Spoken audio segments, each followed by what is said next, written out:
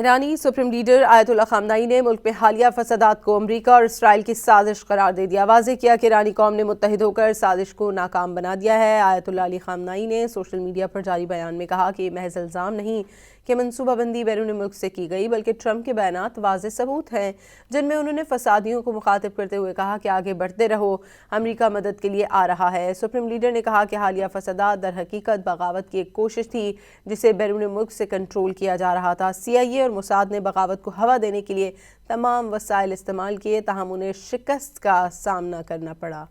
ایرانی supreme leader آیت اللہ خامنائی نے ملک میں حالیہ فسادات کو امریکہ اور اسرائیل کی سازش قرار دے دیا۔ واضح کیا کہ ایرانی قوم نے متحد ہو کر سازش کو ناکام بنا دیا ہے۔ آیت اللہ علی خامنائی نے سوشل میڈیا پر جاری بیان میں کہا کہ یہ محض الزام نہیں کہ منصوبہ بندی بیرون ملک سے کی گئی، بلکہ ٹرمپ کے بیانات واضح ثبوت ہیں جن میں انہوں نے فسادیوں کو مخاطب کرتے ہوئے کہا کہ آگے بڑھتے رہو، امریکہ مدد کے لیے آ رہا ہے۔ سپریم لیڈر نے کہا کہ حالیہ فسادات در حقیقت بغاوت کی ایک کوشش تھی جسے بیرون ملک سے کنٹرول کیا جا رہا تھا۔ CIA اور موساد نے بغاوت کو ہوا دینے کے لیے تمام وسائل استعمال کیے، تاہم انہیں شکست کا سامنا کرنا پڑا۔